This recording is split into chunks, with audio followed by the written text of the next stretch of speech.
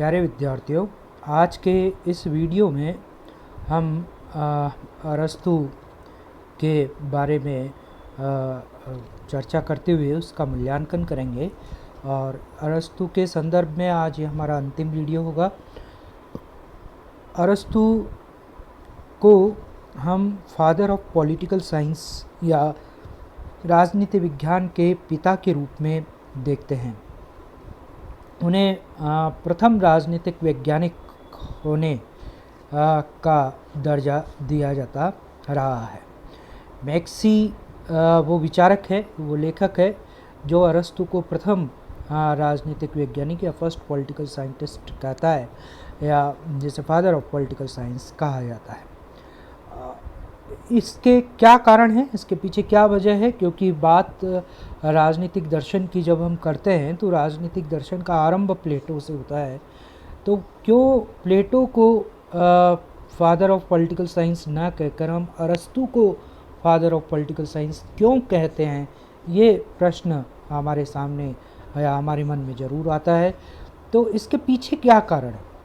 सबसे पहली बात तो ये है कि राज्य की जो आधुनिक अवधारणाएं हैं, या सरकार की या नागरिकता की या संविधान की, इन सब की जो आधुनिक अवधारणाएं हैं, वो आधुनिक अवधारणाएं सबसे पहले अरस्तु ने प्रदान की है। जैसा हमने पहले भी जिक्र किया था कि प्लेटो जहाँ एक आइडियलिस्ट थिंकर है, एक आदर्शवादी विचारक है, और उसका आदर्शवाद प्रत्ययवाद के घेरे से बाहर नहीं निकलता है, यानी वह अमूर्त आदर्शों में खोया हुआ रहता है, काल्पनिकता उसके पूरे दर्शन में छाई हुई है। वहीं पर अरस्तु जो है वह ज़्यादा यथार्थवादी विचारक के रूप में हमारे सामने आता है। उसका जो अध्ययन का तरीका है, या जो उसकी मैथडोलॉजी है, वो ज़्यादा साइंटिफिक है, ज़्यादा वैज्ञानिक है, और यही बात उसके संपूर्ण दर्शन में हमें दिखलाई देती है। जब हम स्टेट को पढ़ते हैं, राज्य को पढ़ते हैं, तो राज्य के संदर्भ में अरस्तु के जो विचार हैं वो बहुत आधुनिक हैं। उसने राज्य की विकासवादी अवधारणा प्रस्तुत की, जो कि एक आधुनिक अवधारणा मानी जाती है राज्य की, जिसके अंतर्गत ये माना जाता है कि राज्य की उत्पत्ति न तो किसी देवी देवता जैसे किसी जो है पारलौकिक सत्ता के द्वारा राज्य या राजा की उत्पत्ति हुई है, न ही यह माना जाता है कि राज्य व्यक्तियों के आपसी समझौते से अचानक उत्पन्न हो गया, यानी राज्य को पूरी तरह कृत्रिम मान लिया जाए, और न ही किसी पितृसत्तात्मक या रक्त संबंध की थ्योरी को इसके साथ जोड़ा जाता है, बल्कि इन सब का मिलाजुला रूप व्यक्त करते हुए राज्य की विकासवादी अवधारणा ये कहती है कि राज्य एक स्वाभाविक संस्था है, और जैसे जैसे मनुष्य के समाज का विकास हुआ है, और इस समाज के विकास के साथ साथ जैसे और संस्थाएं विकसित होती चली गई है, वैसे ही राज्य भी समाज के साथ चरणबद्ध रूप में विकसित होता रहा है। और अरस्तु इसी अवधारणा को का पक्ष लेता है और राज्य की विकासवादी धारणा प्रस्तुत करता है, जिसमें वो कहता है कि राज्य का आरंभ जो है वह परिवार से होता है। व्यक्ति एक सामाजिक प्राणी है, और उसके सामाजिक जीवन की प्रथम जो चरण है वो परिवार से आरंभ होता है, और परिवार से फिर गांव बनते हैं, गांवों से फिर नगर बनते हैं, और नगर से फिर राज्य या राज्य का स्वरूप, नगर राज्य का स्वरूप बनता है। तो ये राज्य की विकासवादी अवधारणा जो है वह अरस्तु हमारे सामने रखता है। फिर अगर हम देखें तो आधुनिक युग में हम सरकार के 3 अंग मुख्यतः मानते हैं: व्यवस्थापिका, कार्यपालिका और न्यायपालिका।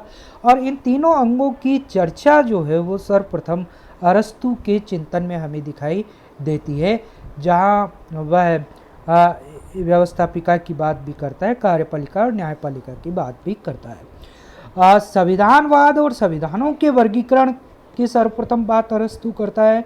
प्लेटो ने नियमों की बात की, लेकिन संविधानों की चर्चा नहीं की। लेकिन अरस्तु ने ये माना है कि इस दुनिया में, इस धरती पर जो सर्वोत्तम राज्य हो सकते हैं वो संविधान आधारित शासन हो सकते हैं।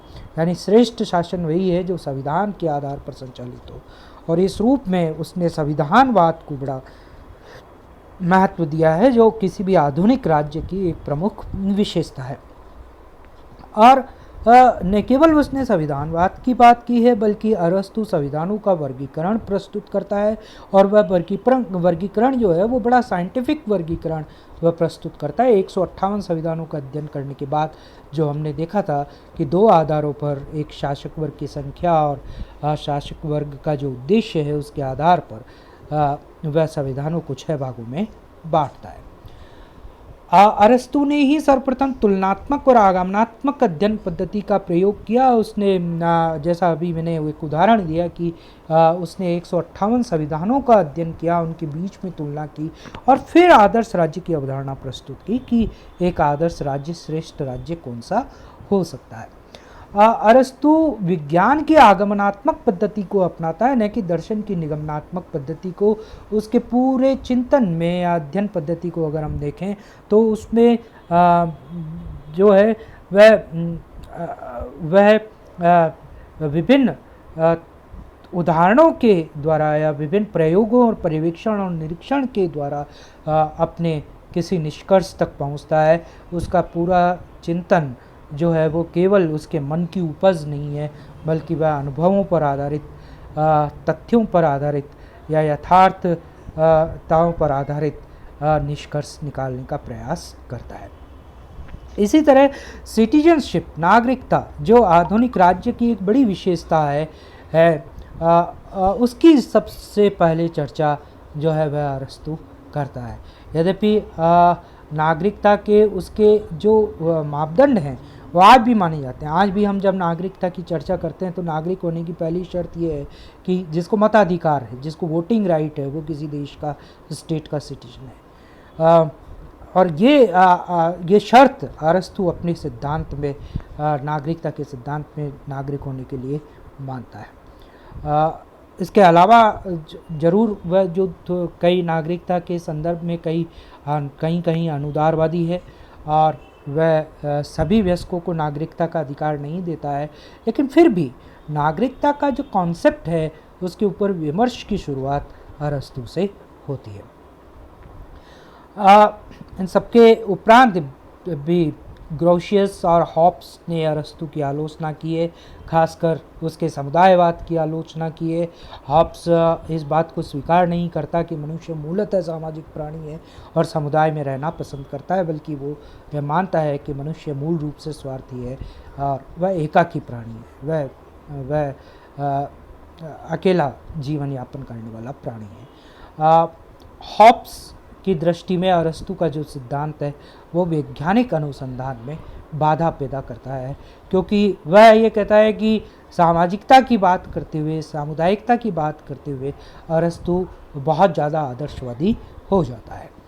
वहीं दांते और मध्ययुगीन विचारकों में एक्विनास, एंटन, मैकियावेली, आधुनिक विचारकों में मैकियावेली, मॉन्टेस्क्यू, हेगल, मार्क्स, वह समकालीन अगर हम समुदायवादी, विशेषकर मैकेंटायर की अगर हम बात करें तो वह अरस्तु से प्रेरणा ग्रहण करते हैं।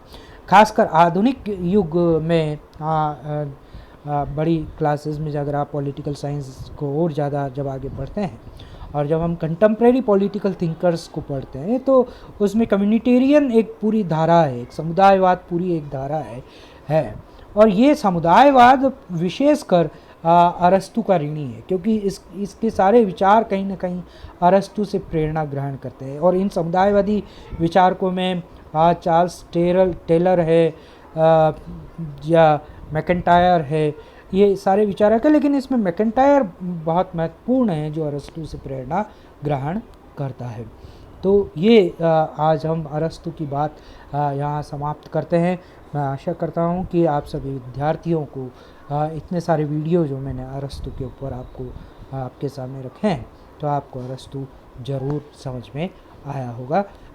इसके उपरांत भी अगर आपको कोई परेशानी है तो आप मेरे से संपर्क करके अरस्तु के बारे में और बात कर सकते हैं। धन्यवाद। Thank you.